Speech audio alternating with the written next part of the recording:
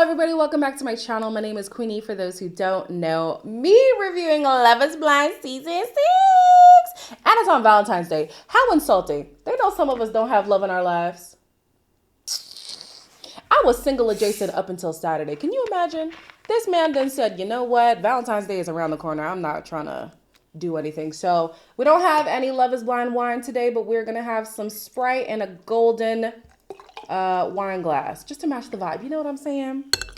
So yeah, before I get into it, please make sure to like this video, subscribe and hit the bell, and leave a comment down below. Your comment cannot be a spoiler. You see the title, it's about episode 1. Only talk about episode 1, please and thank you. We're gonna start with Trevor. Honey, Trevor is often judged as a meathead. Based off first impressions, I could see how people have that conclusion. He thinks that he is a very good person, and he believes that good people deserve good things. Tell me 5 things that make you smile. Dogs, a very sunny day. Butterflies. Stop! A good love movie. Okay, like what? The Notebook, duh. A fresh cut lawn. I am done. Ooh. Not as hitting. Maybe I should put a little bit of vodka in there. That's hitting. So, I really like the questions that Chelsea was asking, but I think that Trevor's answers were bull. I almost said the whole word. I'll say bullshit. It was bull. It was BS. I don't buy it. I don't buy it at all. I think that he's trying to be that sweet guy, and he very well might be, but considering the fact that Chelsea was honest and she said, Coors Light and a sunset and I'm set. Like, to me, that felt more honest. Not that I needed him to say, oh, football, oh, whatever, because that's the meathead stereotype that he's used to. But butterflies and a romantic movie. And it sounded a little bit performative, if you ask me, okay? Moving on to Jimmy.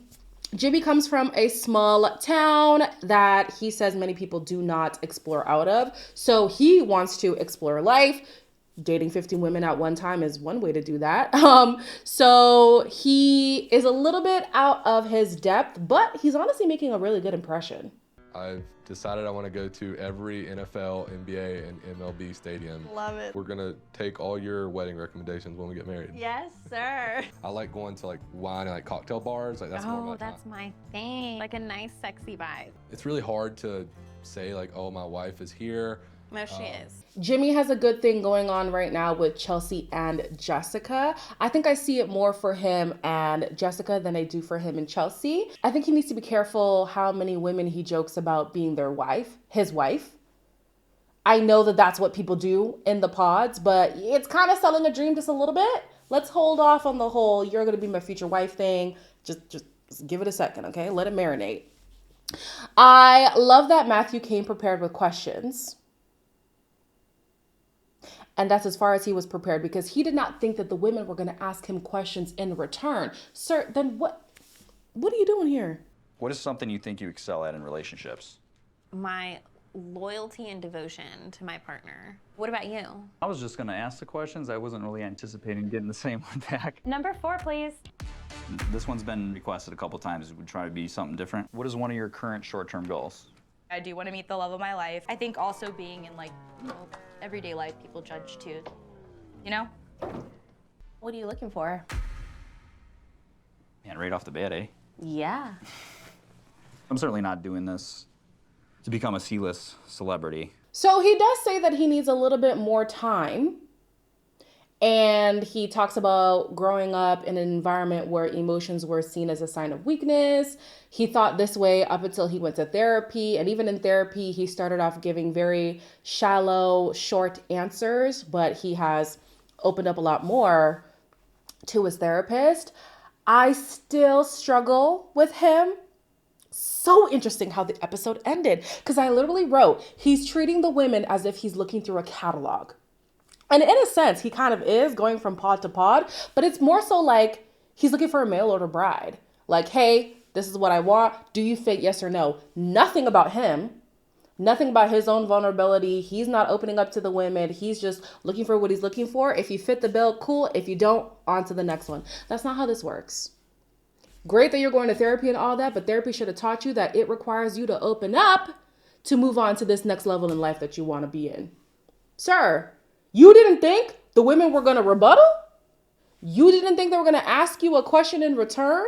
Or at the very least, Matthew could have prepared himself for the questions that he wrote down.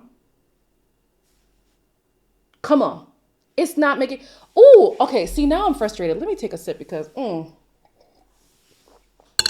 I'm on the apps. It's ghetto. I absolutely hate it. But that's where I'm at, okay? Matthew reminds me of the men who riddle off questions, riddle them, right?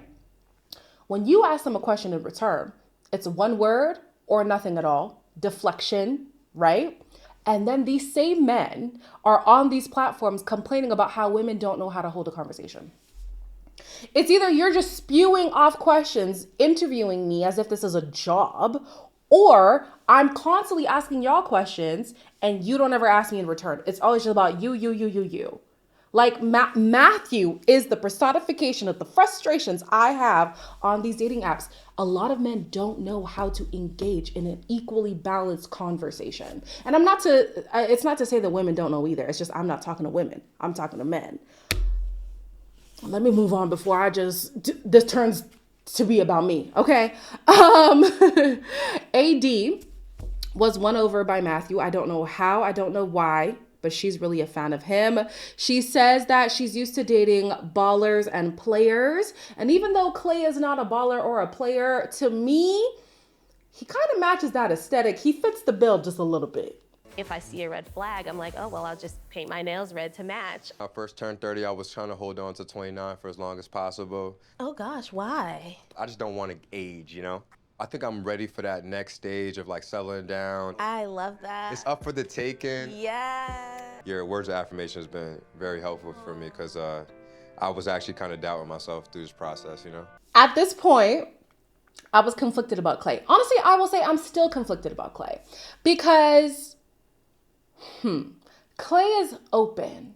He's vulnerable. He talks about his personal pitfalls. He talks about what he's looking for. He's just very, very open. Their conversation was so effortless, right?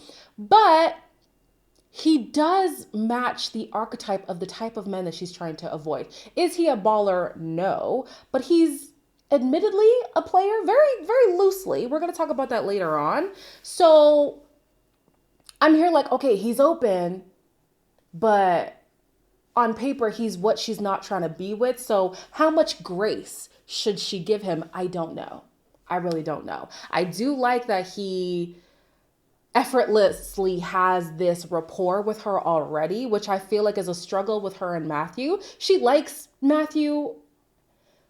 To me, that conversation was a struggle, but she likes him. I think this conversation went so much better. And I would say maybe Clay would be a better option. However, a conversation they have later is what puts her off of him. Now that I'm lamenting on it, I think that she should have a little bit of grace. No, do I? I don't know. Guys, I don't know. Let me move on. Amy and Johnny have similar interests. However, their upbringings are very different. It could play a role in how they interact with each other. My mom's family is actually from Spain. She is basically Catalana. Amy, I love your accent. Oh, it just made my heart melt. I don't remember much of my childhood, but I am originally from Puerto Rico. I moved here when I was 5, and then my mom had my brother when I was 7. I was like, God, please, like, I wish that you could please give me a little brother. And life's a journey, and at the end of the day, at the end of the storm, there was a rainbow. So she is an immigrant woman. She grew up as an only child for a while, and even beyond their house, she was very isolated. Apparently her dad had to beg people to come to her birthday party to the point where it makes him emotional. So that's definitely going to play a part in maybe her dependency, the codependence, independence, whatever. Attachment styles for sure. That's going to play a part. Eventually, her brother came along and she says that that is her best friend, which is great. Johnny came from a very tight-knit family. They were very on top of each other. Two-parent household. They both come from two-parent households, but it's different. It's just different. So I want to see how that develops. AD, oh my gosh, I literally wrote AD and Clay better not disappoint me. Child, well, that didn't last long. Everyone always calls me Clay. All day and Clay. Hey, Clay. They call me Old Clay. Look at us getting flirty at night. You want to flirt? Let's flirt. AD been on my mind all day. Oh, Clay. Oh, Clay. You're fun. Same. I love that from you from day one, you know what I'm saying? In this conversation, AD is starting to realize, okay, so Clay is a ladies' man. He's aware that he's a ladies' man. He leans into it a little bit, even though he says he's trying to change that pattern, because apparently his dad was also like a Casanova, so he's not trying to, repeat that. They're having this flirty conversation, apparently. Guys, was this flirting, yes or no? Maybe I'm the one who doesn't know how to flirt. No, that's a lie. I know that I don't know how to flirt. But was this flirting? To me, this just felt like a friendly conversation. AD is also talking to Matthew, and he is like very different. Just like you couldn't pick men who were further apart on the spectrum, okay? But some kind of draw is happening with her and Matthew.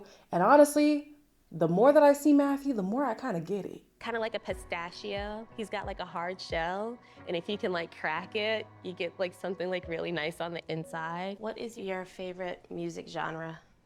Oh no, here's the deal breaker. Shit, we had such a good run. I suck at this, dating. But I just was trying to like think of how to tell you that like you make me nervous. What I'm saying to you, I'm not saying to anybody else. Well, that's reassuring. Matthew was right in saying that all he needs is a little bit more time to open up. AD, honey, she's walking around the room. She's giggling, kikiing. She's really liking Matthew's attention. And I'm like, girl, this is so great. For now. I still think the conversation with Clay is just more effortless. I do. I think that she's working her way into liking Matthew. And Matthew is showing up at the data publication. He is proving himself to be somebody who is a slow burn, but once he gets there, like he's there, still, I still can't be sold on him, especially because I know how it ends. So Jess is the only person in the experiment who has a child that we know of. She's the only person claiming that she has a child, okay? So up until this point, she's been struggling to tell the men that she's into that she has a child. She chooses to tell Jimmy. And honestly, Jimmy is wondering why it took her so long to say something. I wrote it down as well. I was also wondering why it took her this long to say something. I have a 10-year-old daughter, and I'm not just gonna coast over that. Like, I'm delivering that like it's not a big thing. It's not something I'm just gonna like lead with, because I want people to like get to know me as an individual first. By the way, I'm not, that's not a deal breaker for me. Jimmy is very hesitant. He tells her that he isn't writing her off because she's a mother, but it did kind of like ping him a little bit. It definitely did. So she says that the reason why she didn't come right out and say that she was a mom is because that motherhood doesn't define her. And I'm not a mom, so the moms in the chat can correct me if I'm wrong, okay? But I do feel like motherhood does define you, doesn't it? I feel like being a mother does shape who you are, how you see the world, how you interact with people. It does define you. Now, is it the whole identity of who you are? No, but it does affect your identity a lot. Like, it does impact a lot. And let's be honest, in a dating atmosphere, it's important to lead with that. It is. Regardless of whether or not you think it's going to push people away, push those people away. The people who are uncomfortable with it are just going to have to be uncomfortable with it. You are a mom. That's just the reality. And I do see that she was trying to connect before bringing that up, but I think she should have led with it. I do. And those who can't handle it just can't handle it. Honestly, their loss. Jimmy has another strong connection with Chelsea, and they talk about a difference in education. She is a flight attendant and never went to school. He has, did he say he has a master's? I don't know, but there is an education difference. He says he's not bothered by that. However, her divorce Now that's a little bit of an issue. We were married for almost 5 years, but it was just not my person.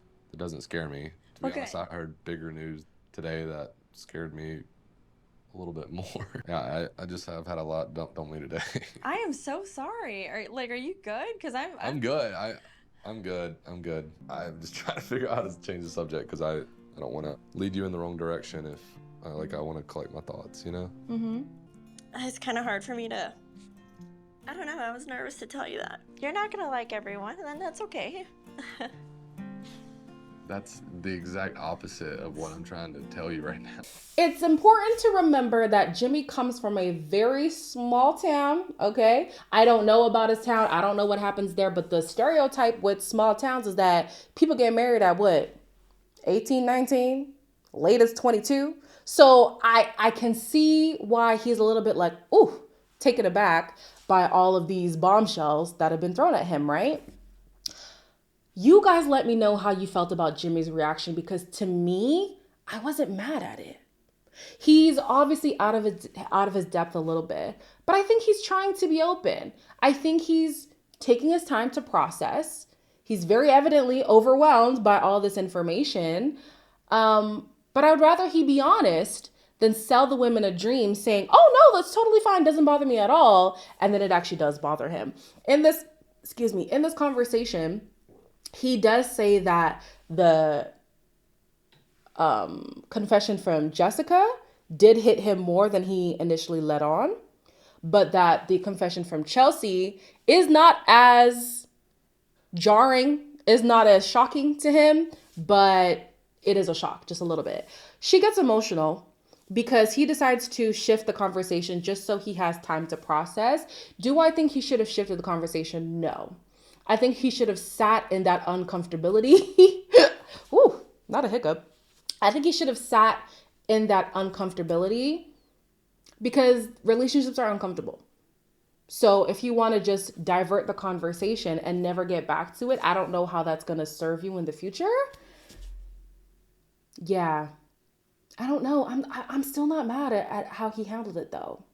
I'm not. Anyways, Chelsea decides that she wants to have a more fun date with, I think it was Trevor. Yeah.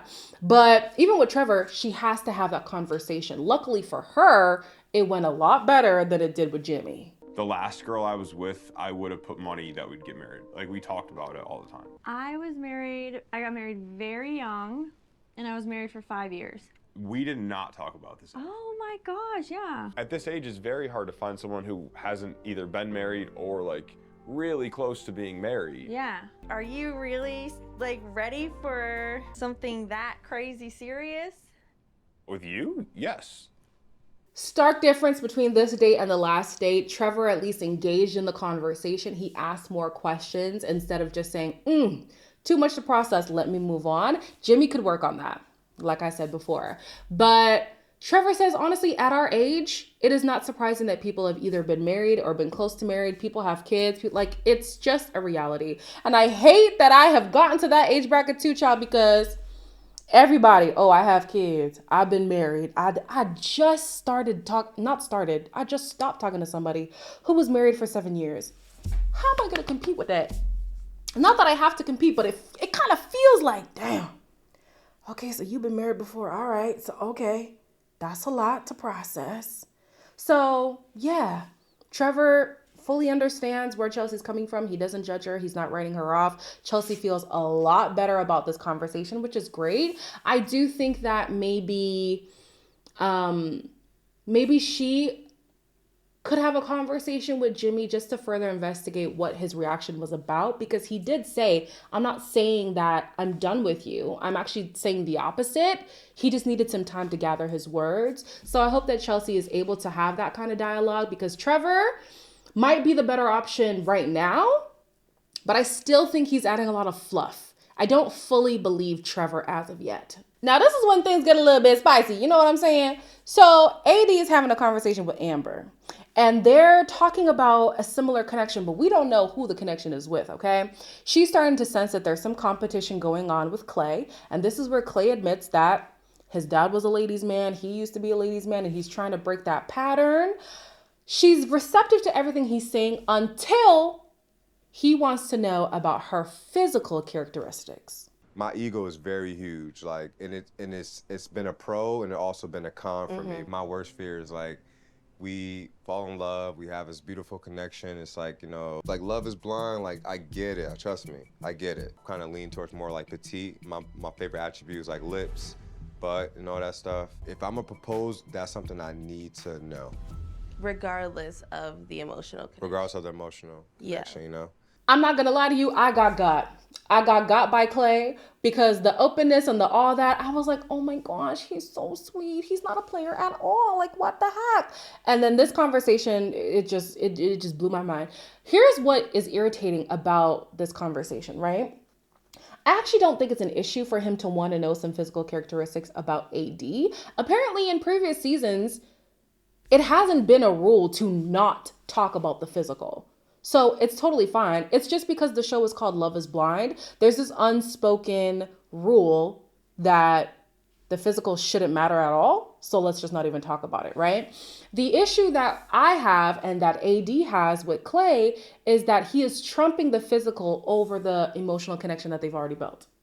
So he was like, there are certain things that I need to have regardless of the connection we've already built. Well, that's going to be an issue.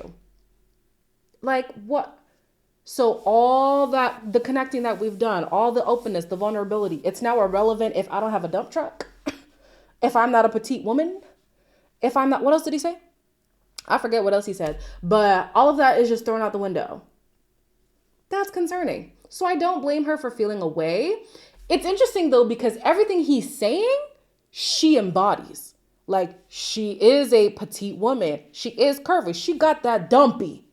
But she refuses to tell him because she already said, focusing on my physical is a turnoff. So now she's having a conversation with, what's his name?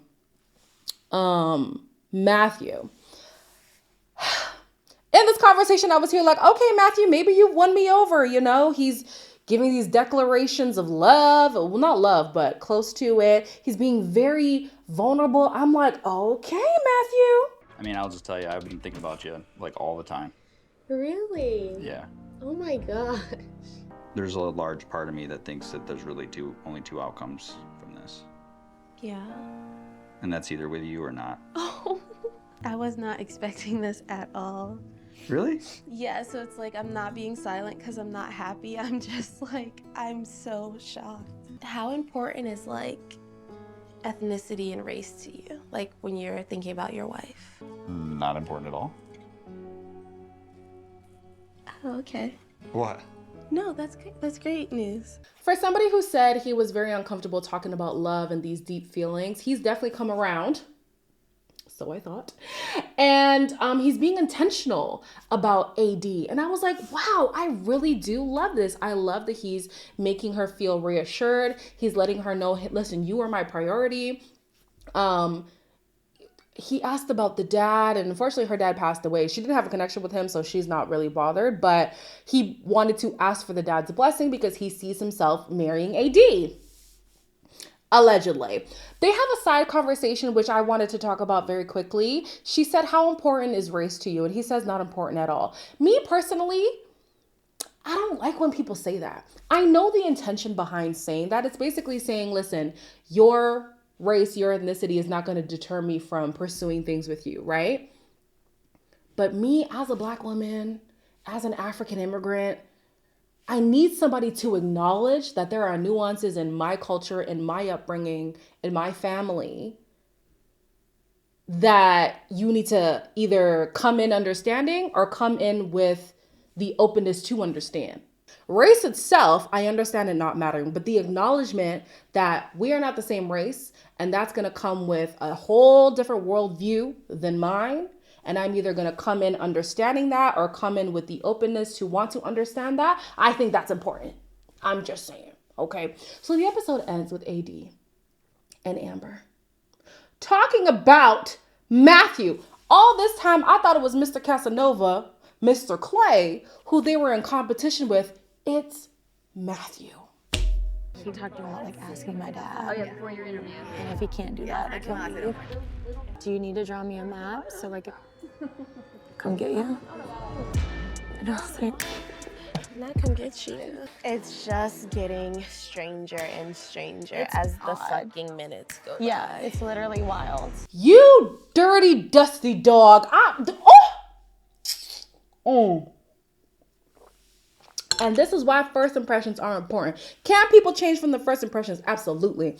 But when you have such a negative first impression, like Matthew, things like this happen.